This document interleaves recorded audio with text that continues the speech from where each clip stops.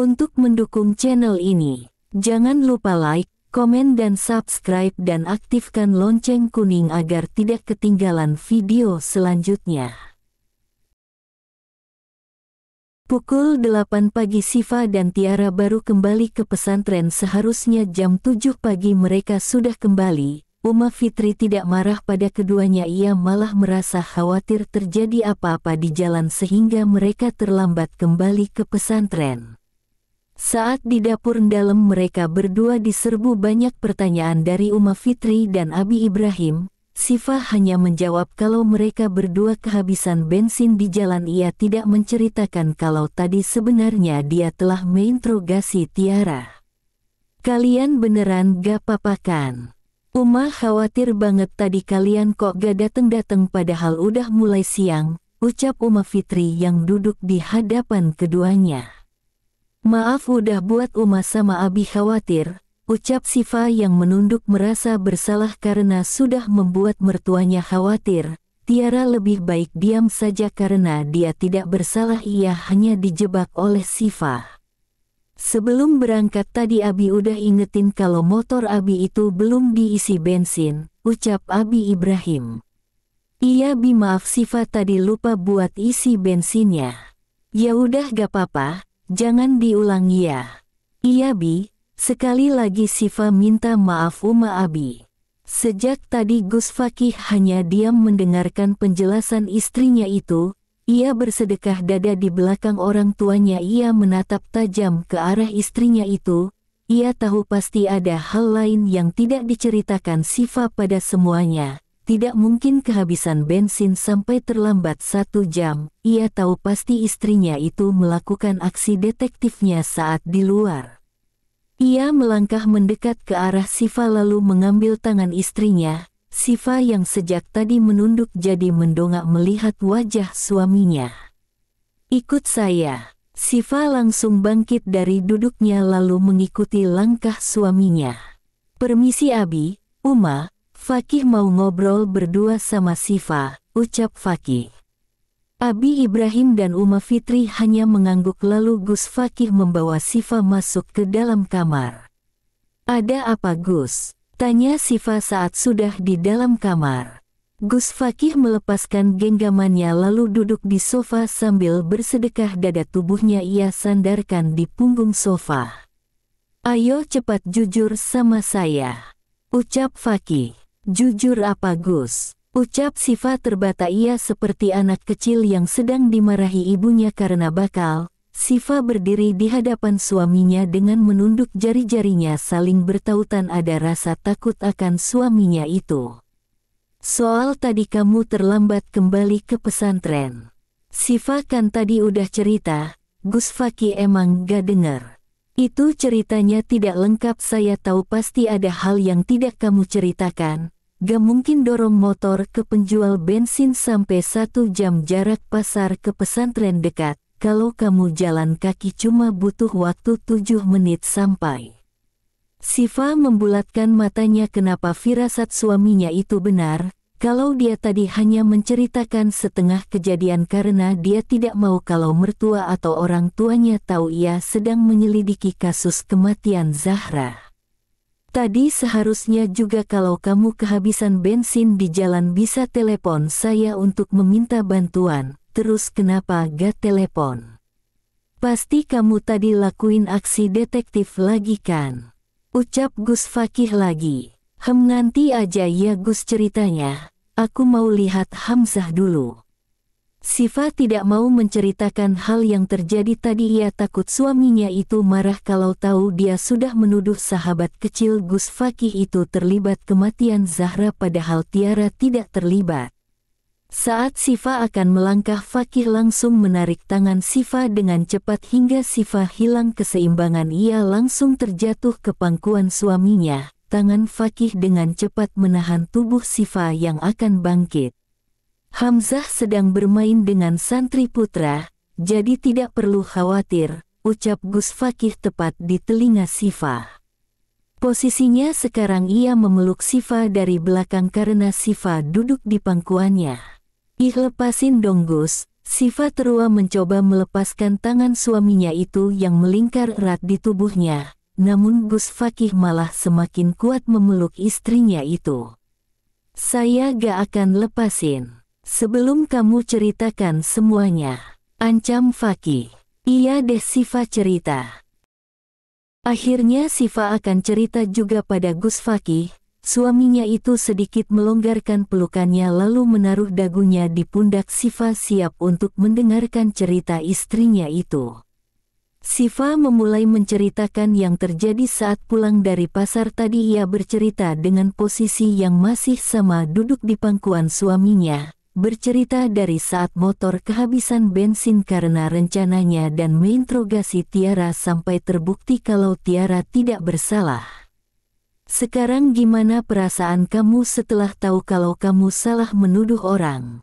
ucap Gus Fakih setelah Sifa selesai menceritakan kejadian tadi. Sifa jadi merasa bersalah. "Gus sama Tiara udah nuduh dia sembarangan. Aku udah 2 kali salah tuduh orang, pertama Gus sekarang Tiara. Makanya jangan suudzon terus sama orang," ucap Gus Fakih sambil menarik pelan hidung mancung istrinya.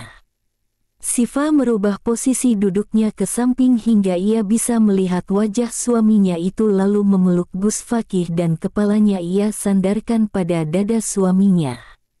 "Gus, gimana sih cara ngilangin rasa suudzon sama orang?" Sifa selalu berprasangka buruk sama orang-orang yang kelihatan mencurigakan padahal kenyataannya mereka itu gak seburuk yang kita kira, ucap Sifa. Semenjak ia menyelidiki kematian sahabatnya, Sifa jadi selalu memandang negatif terhadap semua orang yang berperilaku mencurigakan. Ia jadi selalu menuduh orang itu pasti ada kaitannya dengan kematian Zahra. Sesuai surah Al-Hujurat ayat 12 yang artinya, "Hai orang-orang beriman, jauhilah kebanyakan berprasangka buruk karena sesungguhnya sebagian tindakan berprasangka itu adalah dosa dan janganlah kamu mencari-cari kesalahan orang lain.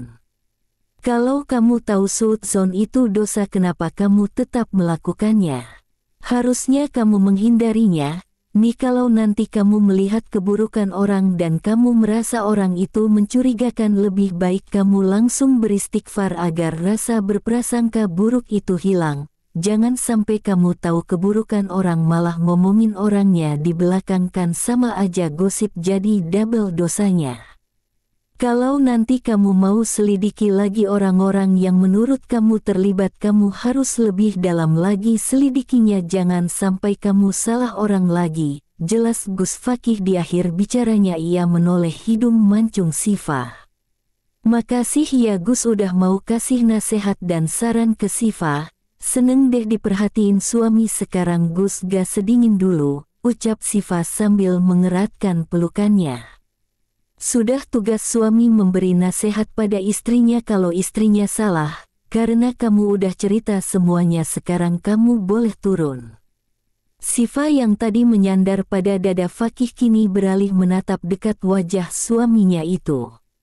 "Gak mau Gus, udah nyaman kayak gini. Tapi saya harus kembali ke asrama putra. Gus gak boleh pergi, tetep kayak gini sebentar aja." "Iya deh, manut aja." Gus Fakih mengusap kepala Sifa lalu mencium kening istrinya itu.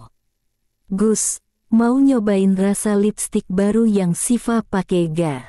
Tadi kan gak jadi gara-gara diganggu nenek lampir," ucap Sifa sambil menunjuk pada bibirnya.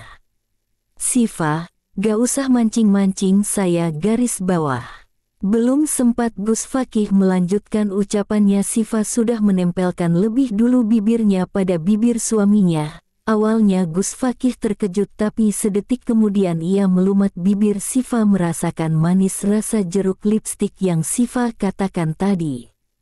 Ciuman itu tidak berlangsung lama karena Gus Fakih melepaskan ciumannya lalu mengusap bibir istrinya. "Shift buat the bayo," ucap Gus Fakih membuat Sifa membulatkan matanya. "Gak usah aneh-aneh Gus, ini masih pagi, Sifa males kalau harus mandi lagi."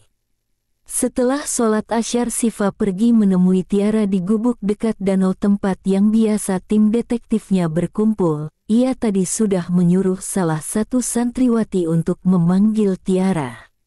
Siva duduk di gubuk itu melihat ke kanan dan kiri, belum ada tanda-tanda Tiara datang. Sekarang tatapannya lurus ke depan menatap danau yang tenang itu. Dalam pikirannya muncul pertanyaan, apa Tiara tidak lagi menemuinya karena dia telah menuduh sembarangan pada Tiara. Mau apa lagi sih Shiv? Nyuruh gue nemuin lo lagi, ucap Tiara yang membuat buyar lamunannya.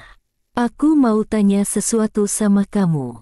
Nanya apa? Gercep gue masih ada tugas dari Ustazah Laila. Kiara kembaran kamu itu istrinya Azam bukan?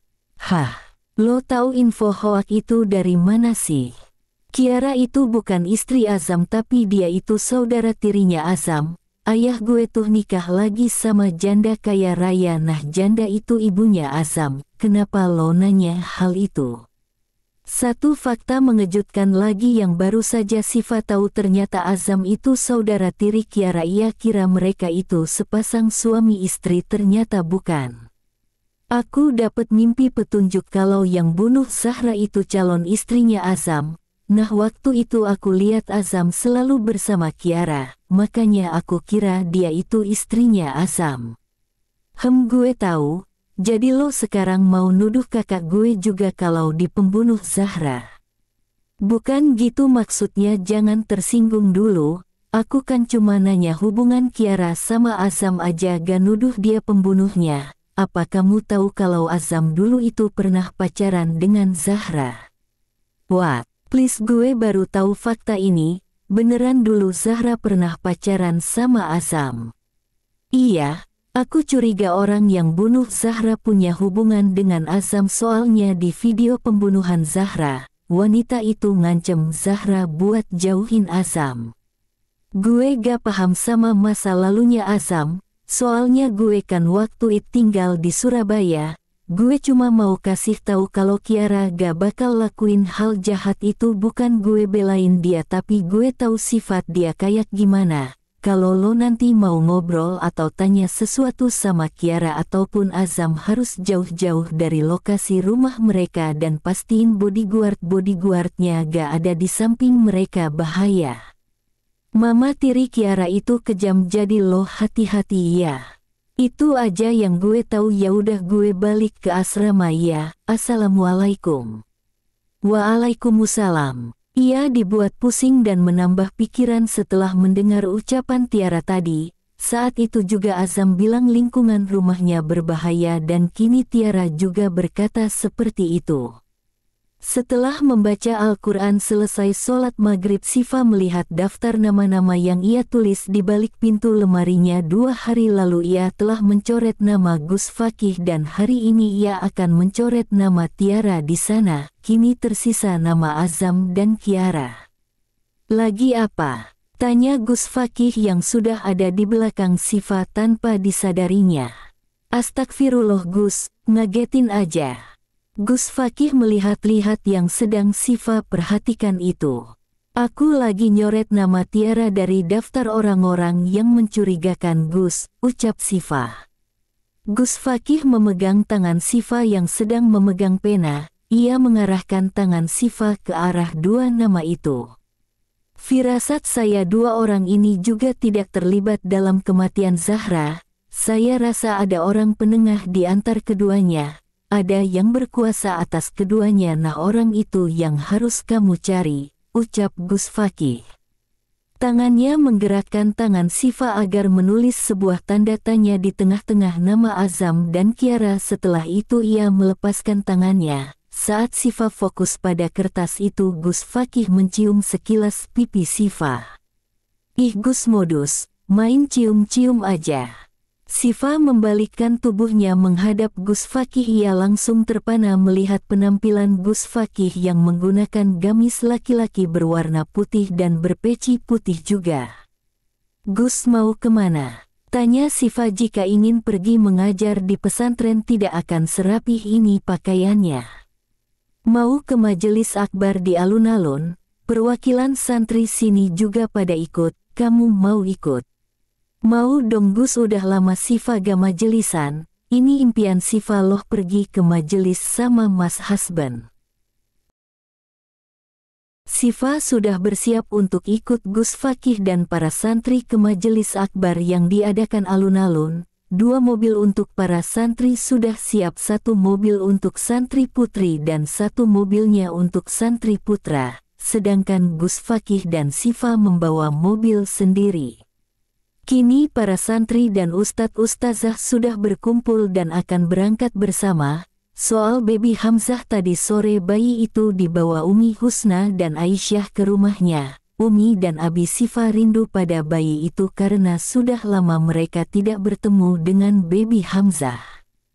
Kamu bawa jaket gak? Tanya Gus Fakih saat mereka berdua sudah berada di dalam mobil. Enggak Gus, emang buat apa? Tanya Siva balik. Pasti di sana dingin karena angin malam. Oh iya ya. Ya udah Siva ambil dulu deh mumpung belum berangkat.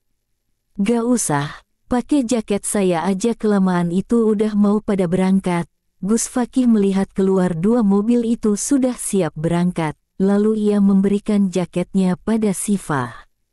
Terus Gusnya gimana? Saya ada jas hadroh santri putra, nanti pakai itu aja. Makasih Gus, ucap Siva sambil mencium punggung tangan suaminya. Kap, Siva mencium pipi kiri suaminya sekilas saat Gus Fakih menghidupkan mesin mobil. Suaminya itu langsung membatu setelah mendapat ciuman itu. Ekem, suara batuk-batuk itu berasal dari kursi belakang. Siva pun langsung menengok ke belakang, ternyata suara batuk itu dari Uma Fitri dan Tiara. Sejak kapan mereka berdua sudah duduk di sana? Siva dan Gus Fakih tidak menyadari kehadiran mereka. Uma Tiara, kapan kalian masuknya? Iya, ucap Siva yang menyengir garing karena merasa malu telah mencium Gus Fakih di depan keduanya. Dari pas kamu cium tangannya Fakih, jawab Uma Fitri. Kita berangkat, baca doa dulu, ucap Gus Fakih. Allahumma hawin, alaina as-safarana ahasa wa atwi, anna burdahu. Allahumma anta syukhibu fisafari wal khalifatu fil ahli. Ya Allah, mudahkanlah kami bepergian ini, dan dekatkanlah kejauhannya. Ya Allah yang menemani dalam bepergian, dan Engkau pula yang melindungi keluarga. 2 mobil yang membawa para santri melaju terlebih dahulu, lalu barulah mobil Fakih mengikuti kedua mobil itu. Jarak pesantren dengan alun-alun cukup jauh, membutuhkan waktu 30 menit untuk sampai di sana. Mereka akan sampai di sana pukul 8 malam. Saat sudah sampai ternyata sudah banyak orang yang datang. Benar-benar majelis akbar, mungkin ada ratusan orang berkumpul. Siva sangat merindukan suasana majelis seperti ini. Sholawat bersama ditambah dapat ilmu dari para ulama-ulama. Karena tempat laki-laki dan perempuan dipisah, jadi Siva juga harus berpisah dari suaminya. Ia duduk bersama para santri putri dan Uma Fitri. Acara dimulai dengan sholawat bersama yang diiringi dengan hadroh. Siva fokus melihat ke arah panggung, manik matanya melihat sosok suaminya ada di atas sana bersama para santri putra. Ternyata yang akan tampil itu hadroh dari pesantren Al-Huda. Siva tidak tahu itu tadi pun Gus Fakih tidak memberitahunya. Tapi yang membuat heran kenapa suaminya itu juga ada di atas panggung. Karena penasaran dia pun bertanya pada Uma Fitri. Uma, kok Gus Fakih juga ikut naik ke panggung? Tanyanya. Loh, wong suami itu vokalisnya, ya pasti ikut naik ke panggung, jawab Uma. Siva benar-benar tidak tahu kalau suaminya itu ternyata vokalis hadroh pesantren Al-Huda. Gimana sih istrinya sendiri gak tahu kalau suaminya itu vokalis hadroh, tambah Tiara. Bagaimana Siva mengetahui hal itu? Karena suaminya itu tidak bercerita atau mengatakan kalau dia adalah seorang vokalis hadroh. Saat Siva menjadi santri pun tidak pernah melihat Gus Fakih tampil hadroh, tapi saat Gus Fakih bersolawat untuk menenangkan Hamzah, suaranya memang merdu dan menenangkan hati. Sifa tersenyum ketika mendengar suara suaminya melantunkan sholawat Ahmad ya Habibi. Suasana seperti ini yang dia rindukan, bersolawat bersama, apalagi vokalis yang memimpin sholawat suaminya sendiri. Akhirnya impiannya tercapai juga. Saya akan membawakan lagu sholawat kedua ini untuk istri saya yang duduk di antara kalian, ucap Gus Fakih setelah menyelesaikan sholawat pertamanya. Ucapan Gus Fakih itu mampu membuat Sifa tersipu malu dan rasanya ingin terbang saat ini juga. Ternyata suaminya itu bisa semanis itu padanya, apalagi ini di hadapan banyak orang. Masya Allah, pengen yang kayak gitu. Nyari suami kayak gitu di mana? Beruntung banget jadi istrinya. Hua, tolong jangan bikin jomblo ini baper. Terdengar oleh Sifa celoteh para jamaah wanita yang mendengar juga ucapan Gus Fakih tadi. Orang lain saja baper, apalagi dengan Sifa yang notabene-nya sebagai istri Gus Fakih. Uhibuki mitsla ma anti. Para wanita di samping Sifa berteriak ketika Gus Fakih melantunkan satu bait lagu Zaujati itu, di mana lagu itu banyak disukai oleh kalangan wanita dan mampu membuat para wanita baper saat mendengar lagu itu. Sifa mulai merekam suaminya itu saat menyanyikan lagu untuknya. Uhibuki kaifa makunti, wa mahma akana mahma asoro. Anti habibati anti, zaujati, anti habibati anti. Uma pegangin Sifa, ucap Sifa sambil memegang lengan mertuanya. Kenapa? Tanya Uma dengan ekspresi panik. Rasanya Sifa kayak mau terbang melayang menembus lapisan awan. Uma Fitri tertawa mendengar ucapan menantunya ini. Dia sudah panik, ternyata Sifa sedang salting karena perbuatan anaknya. Sifa jadi seakan lupa dengan masalah yang membuat hari-harinya pusing, permasalahan masa lalu yang belum selesai. Pukul 12 malam acara selesai, para santri Al-Huda sudah berkumpul di dekat mobil bersiap-siap untuk kembali ke pesantren. Sifa sejak tadi selalu tersenyum mengingat momen indah tadi, hingga saat akan pulang pun ia tetap senyum-senyum sendiri. Nduk, jangan senyum-senyum sendiri terus, nanti dikatain gila loh, ucap Uma Fitri. Gara-gara anak Uma nih. Sifa dan Uma Fitri masuk ke dalam mobil duluan sambil menunggu Fakih. Sifa melihat ke kursi belakang mencari sosok Tiara, tidak ada di sana padahal tadi mereka kembali ke mobil bersamaan. Uma, Tiara kemana ya? Itu dia mau angkat telepon dulu katanya. Rasa penasaran Sifa muncul, ia jadi ingin tahu siapa yang menelepon Tiara larut malam seperti ini. Tapi ia harus buang jauh-jauh pikiran rasa penasaran itu. Tidak lama kemudian Tiara masuk ke dalam mobil bersamaan dengan Gus Fakih. Terlihat dari wajah Tiara seperti mengkhawatirkan sesuatu. Siapa yang telepon Tir? Tanya Uma Fitri. Pihak rumah sakit Uma. Tadi susternya bilang kalau Kiara kecelakaan dan sekarang kritis, gak ada keluarga yang datang. Mungkin sejak tadi Tiara sudah menahan tangisnya, sekarang ia keluarkan tangisan itu di pelukan Uma Fitri. Sifa ikut prihatin dengan kejadian yang menimpa Kiara kembaran Tiara itu, tapi ada pertanyaan muncul di pikirannya, kenapa tidak ada keluarga yang menjaga Kiara? Bukankah dia tinggal bersama ayahnya dan mempunyai ibu tiri? Kemana orang tuanya itu, dan Azam kemana? Bukannya dia saudara tiri yang dekat dengan Kiara? Kita ke rumah sakit dulu, ucap Gus Fakih. Iya Gus, jawab Sifa.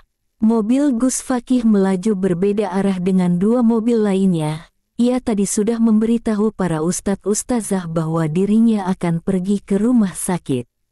10 menit kemudian mereka sudah sampai di rumah sakit Intan Jaya, tempat di mana Kiara dirawat. Tiara menanyakan ruangan pasien kecelakaan, ternyata Kiara masih di UGD. Dokter harus meminta persetujuan dari pihak keluarga untuk menindaklanjuti pemeriksaan Kiara. Bagaimana keadaan Kiara, Dok? Tanya Tiara. Kaki kirinya retak, dan sisanya hanya luka-luka, tapi kita harus memeriksa lebih dalam di bagian otak, dikhawatirkan ada luka dalam, jelas dokter. Lakukan yang terbaik buat kakak saya, Dok. Makasih ya, Dok. Kami akan menyiapkan ruang rawat untuk Mbak Kiara, silahkan Mbaknya selesaikan terlebih dahulu administrasinya, ucap suster yang berada di samping dokter. Saya tinggal dulu, Mbak Kiara akan sadar 10 menit lagi. Iya Dok, sekali lagi terima kasih, ucap Tiara. Ia sedikit lega karena luka Kiara tidak parah, tapi ia bingung soal biaya rumah sakit. Ia tidak punya uang, ia malu jika harus meminta pada orang tua angkatnya. Biar saya yang urus administrasinya, ucap Gus Fakih. Tapi Gus garis bawah. Gak usah khawatir Tir, kita semua udah anggap kamu keluarga, ucap Siva sambil mengusap-usap bahu Tiara. Makasih Gus, Syif, Uma. Saat Gus Fakih keluar untuk membayar administrasinya, tangan Kiara bergerak menandakan ia sudah mulai sadar. Matanya perlahan terbuka melihat Tiara yang ada di sampingnya. Ketika melihat Kiara membuka matanya, Tiara langsung memeluk saudara kembarnya itu. Alhamdulillah, akhirnya lo sadar juga Kak. Lo selamat dari kecelakaan itu. Sebenarnya apa sebabnya lo bisa kecelakaan? Ucap Tiara. Kiara semakin erat memeluk Tiara lalu menangis kencang membuat Siva dan Uma Fitri merasa khawatir. Uma Fitri keluar untuk memanggil dokter dan Siva mencoba menenangkan kedua saudara kembar itu. Tir, tolongin gue, bebasin gue dari penjara jahanam itu. Gue gak mau balik lagi ke penjara itu. Ibu tiri gue yang buat gue kecelakaan dan dia juga yang buat ayah di penjara. Dia fitnah ayah mencuri perhiasan. Gue gak kuat lagi tinggal di sana Tir, tolongin gue garis bawah. Belum sempat menyelesaikan ucapannya, Kiara kembali tidak sadarkan diri membuat Tiara dan Siva panik. Kak bangun, lo harus kuat, jangan tinggalin gue. Dokter tadi masuk kembali ke ruang UGD lalu memeriksa Kiara. Sepertinya dia kelelahan dan terlalu banyak pikiran. Saya akan beri dia obat suntik penenang supaya dia bisa lebih istirahat lebih lama. Setelah mendengar ucapan Kiara yang hidupnya penuh penderitaan, Siva jadi ragu jika Kiara terlibat kematian Zahra. Mungkin benar ucapan Gus Fakih, ada orang tengah yang mengendalikan Kiara dan Azam. Pukul 2 Tiara sudah tertidur di samping Kiara dan Uma Fitri dijemput Abi Ibrahim pulang. Sedangkan Siva belum tidur. Dia tidak akan bisa tidur jika bukan di kamarnya. Ia baru selesai membaca Al-Quran menunggu suaminya kembali dari musola rumah sakit. Ia berbaring di sofa mencoba memejamkan matanya berharap kantuk datang dan ia bisa tertidur. Saat akan memejamkan mata ia melihat Gus Fakih yang baru saja masuk. Kenapa belum tidur? Siva kembali duduk agar Gus Fakih bisa duduk di sampingnya. Siva gak bisa tidur Gus kalau gak tidur di kamar. Mau pulang? Gak usah Gus, sebentar lagi juga pagi tanggung. Ya udah tidur aja sebentar, sini. Gus Fakih menepuk pahanya untuk dijadikan bantal untuk istrinya tidur. Siva berbaring dengan menjadikan paha suaminya sebagai bantal. Gus Fakih mengusap-usap kepala Siva yang berbalut hijab itu. Gus nyanyi lagu yang tadi lagi dong biar Siva tidur, soalnya suara Gus bagus pengantar tidur. Gus Fakih tidak membantah ataupun menolaknya, ia langsung melantunkan sholawat sambil mengelus-elus kepala Siva. Tadiku bial hayatu iza biha yauman tabaromti. Fa'asa jahidan hata'au hakiko matamanaiti. Hanai anti faltahnai bidifil hubima ishti. Faruhana ako ditalafa akamit slil ardi wanapti. Siva langsung terlelap tidur setelah mendengar lagu yang Gus Fakih lantunkan. Setelah sholat subuh, Siva dan Gus Fakih akan pamit pulang pada Tiara dan Kiara karena hari ini Gus Fakih ada jadwal mengajar kelas pagi di kampus. Mungkin siang hari Siva akan kembali ke rumah sakit untuk membawakan pakaian ganti untuk Tiara. Sebelum kalian pulang aku mau ngomong sesuatu sama Gus Fakih dan kamu Syif, ucap Tiara ketika berada di luar ruangan karena Siva dan Gus Fakih akan pulang pagi ini. Apa Tir? Ucap Siva. Aku mau minta bantuan kalian buat bebasin dari rumah neraka itu rumah ibu tirinya Kiara. Dia selalu diperlakukan keras di sana kalau dia pergi kemana-mana pasti ada bodyguard yang jaga dia. Kiara selalu diancam kalau dia berani kabur.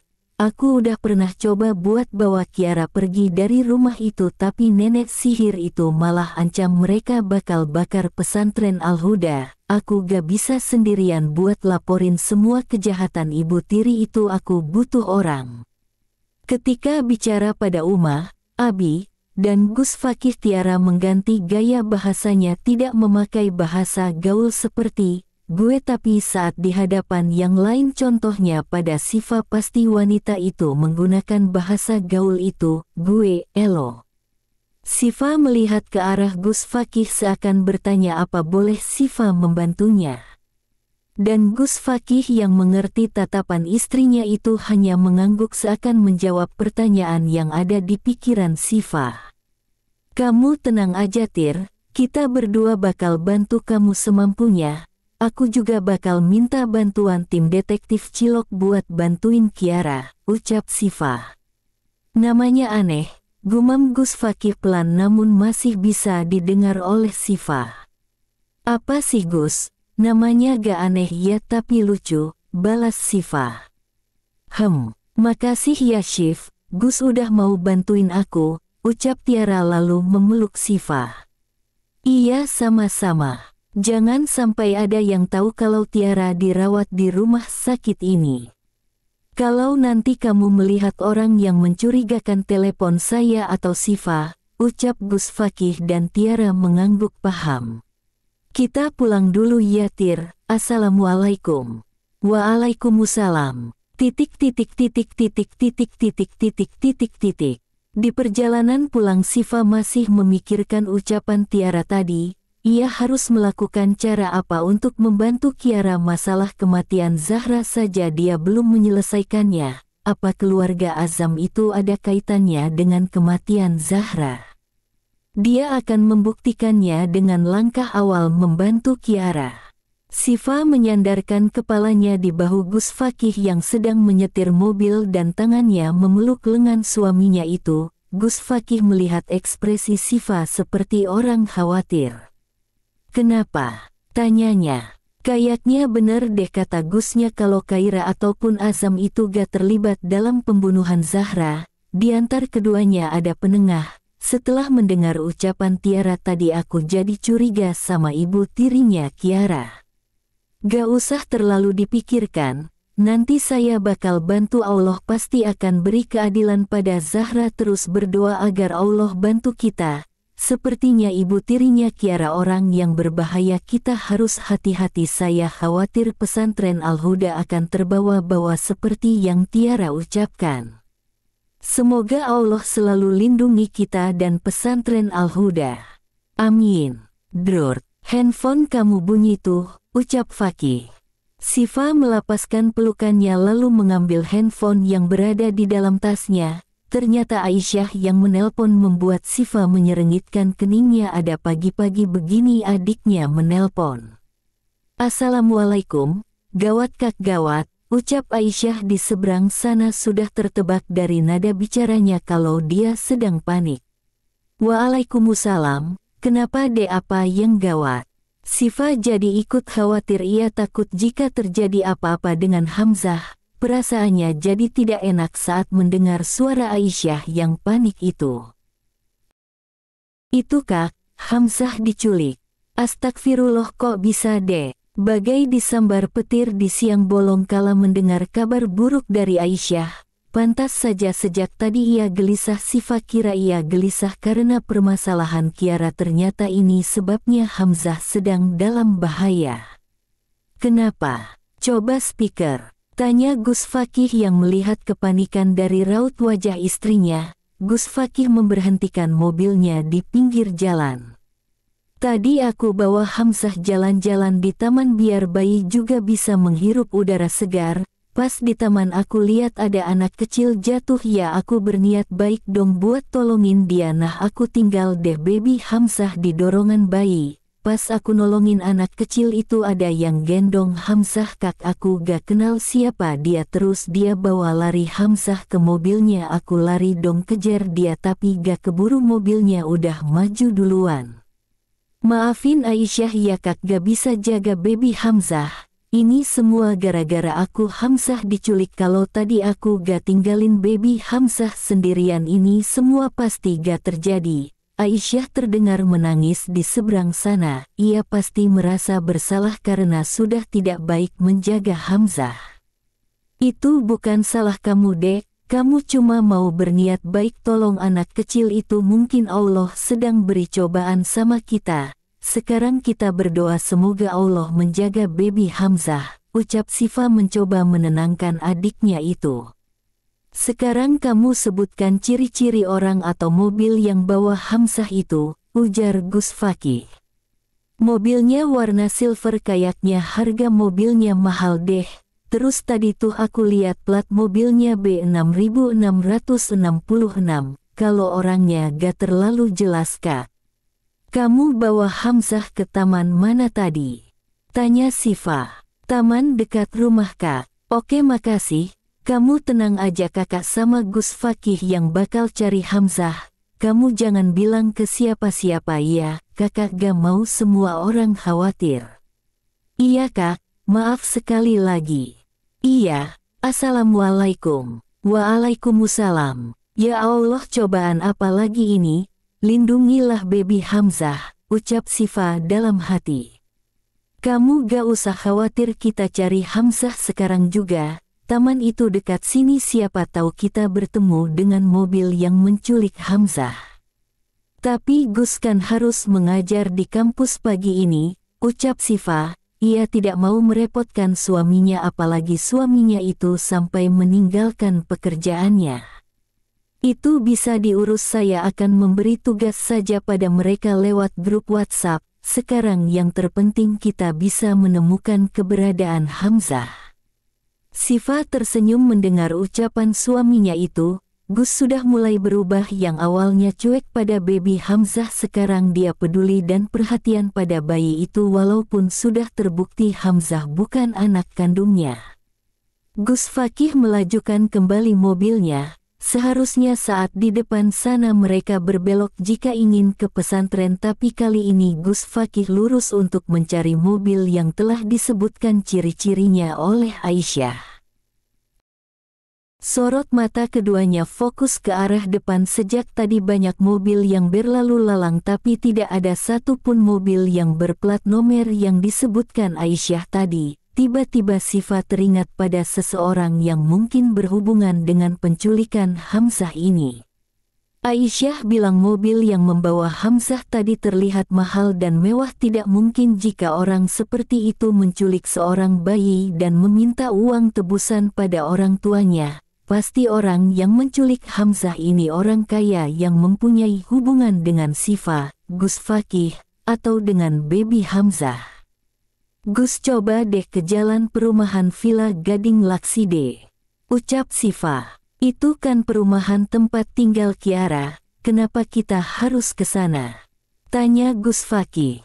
Firasat aku, Hamzah dibawa ke sana dan yang menculik Hamzah itu Azam atau keluarga Azam Gus. Ya udah kita ke sana. Gus Fakih menuruti perintah istrinya itu. Biasanya firasat seorang ibu itu selalu benar walaupun Sifa bukanlah ibu kandung Hamzah.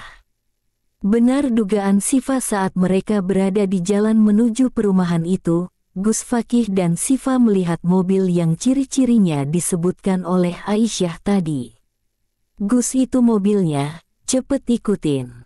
Mobil Gus Fakih melaju cepat agar tidak tertinggal jauh dari mobil di depannya.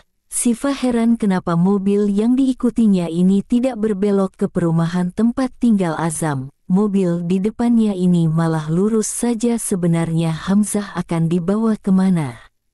Gus Fakih semakin menambah kecepatan mobilnya hingga ia bisa membalap mobil itu, lalu ia berhenti tepat di depan mobil itu sehingga mobil yang dihadangnya itu mengerem mendadak. Yuk turun Gus, kita harus selamatkan Hamzah, ucap Sifa. Saat mereka berdua turun, orang yang berada di dalam mobil itu juga turun. Azam, beo Sifa. Di kursi penumpang turun seorang wanita berpakaian seperti baby sister sedang menggendong baby Hamzah yang menangis. Cepat-cepat Sifa mengambil alih Hamzah dari wanita itu. Mau bawa Hamzah kemana? Kalau kamu emang mau ketemu sama anak kamu caranya gak gini, untung saya gak laporkan penculikan ini ke polisi. Ucap Gus Fakih dengan kesal. Maaf Gus, saya takut kalau Gusnya tidak mengizinkan saya bertemu dengan Hamzah, jawab Azam. Dulu memang Gus Fakih selalu melarang Azam membawa Hamzah. Saat itu, dia mengizinkan Azam bertemu dengan Hamzah hanya boleh di pesantren, bukan apa-apa. Ia khawatir jika terjadi apa-apa pada Hamzah karena ia tahu keluarga Azam itu berbahaya. Aku dan Gus Fakih gak bakal ngelarang kamu buat ketemu anak kamu sendiri Zam. Aku juga mau Hamzah mengenal ayah kandungnya, ucap Sifa. Kalau keluarga kamu tahu kalau kamu bawa Hamzah, bahaya Zam. Saya sudah peringatkan kamu berulang kali, ujar Gus Fakih. Apa maksud Gus Fakih? Sifa tidak mengerti. Jadi Gus Fakih sudah sejak lama tahu kalau keluarga Hamzah itu berbahaya. Dugaan Sifa semakin kuat jika ibu Azam yang membunuh Zahra, tapi ia tidak bisa asal menuduh, ia harus mencari bukti yang kuat. Bersambung.